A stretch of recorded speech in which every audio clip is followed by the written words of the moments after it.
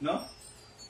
Pag-combine mo, so din mo ang tutsada. So ang first strike is flywheel, hagbong, combination. This is a combination of pinaypay. And strike the other side, hagbong and tutsada. Okay? 1, 2, 3, 4, 5. Yata? 1, 2, 3, 4, 5 on the other side. 1, 2, 3, 4, 5. Kung doon ay 5 strikes, 1, 2, 3, 4, 5. Therefore, napunin maka movements. Tawag ni siya og paniil. Observe ha, tayo medyo lisod-lisod isang jutay. Pero atong hinayon. 1, 2, 3, 4, 5. Go back to fighting position. One more time. 1, 2, 3, 4, 5.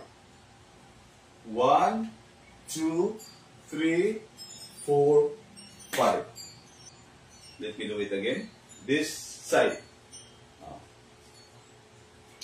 1, 2, 3, 4, 5.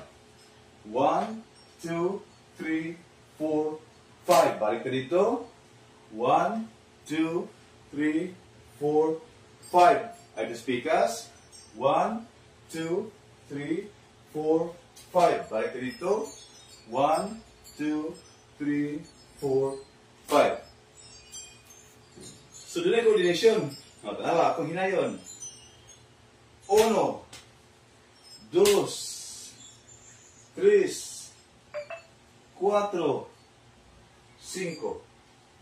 1, 2, 3, 4, 5.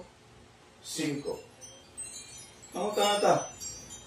Idol, pwede ba itong paspason ng jutay? Para itong makita o kung sa gipormaan o kung itong paspason. Pwede.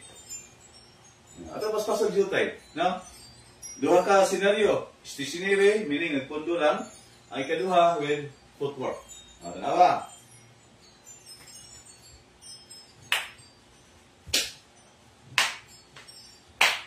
One, 2, 3, 4, 5. 1, 2, 3, 4, 5. Pupaspas na siya, idol. What is important is the knowledge nga pwede na kong ma-share. Mangkaalam, ug ang katakos, ikomparar nimo sa imuhang kuan, sa imuhang title. Matod pa sa istorya, ha? Ang titulo nimo pwedeng kuhaon, pwedeng makuha sa uban, pwedeng bawion. Pero ang knowledge, ang skills nga nato, na nimo, na ninyo, na natong tanan mga idol, dili gid pwedeng makuha.